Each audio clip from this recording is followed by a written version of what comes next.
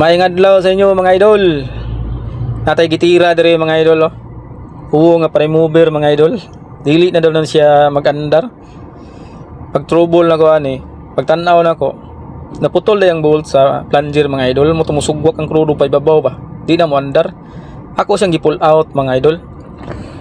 Akong gibunot ang kaning naputol nga bolt mga idol ba. Dali ra man siya bunuton. Humok ra man day.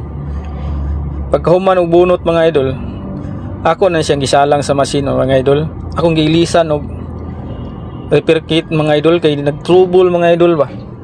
Nagdilusyon man kusog man gayo musugwak ang krudo paubos. Ako na lang gilisan og nitso og repair kit. Kinahanglan kaning mga injection pama mga idol. I-sure yun i-calibrate mga idol kay ang makina na power kayo. Kay kung magdilusyon ni siya mga idol dito sa makina, dako kay mga damage mga idol ba. Maguba ang makina. Imbis makakwarta ba ta, kita na yung makwartahan ni noon. Kinahanglan masalang yun siya sa machine. Kay pag abot ni sa makina, kung mag-wild din dito, matagbo yung tagpuspos ang makina ni. Kay nag-wild man. Pag humano calibrate mga idol, ato ning isalang sa makina na mga idol, atong itaod ba. Apiki po ni siya itaod mga idol, kanina ni nga injection pump. Oh. Kaning iriyaha diri mga idol sa barangay magtuod ni mga idol.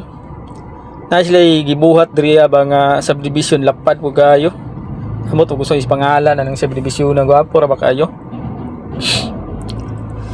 Pagkahuman mga idol, ato nang pandaron.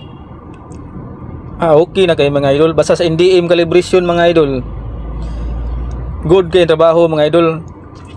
Asa po mo makalibrate diri na mo sa NDM calibration diri sa may barangay Maa, Davao City.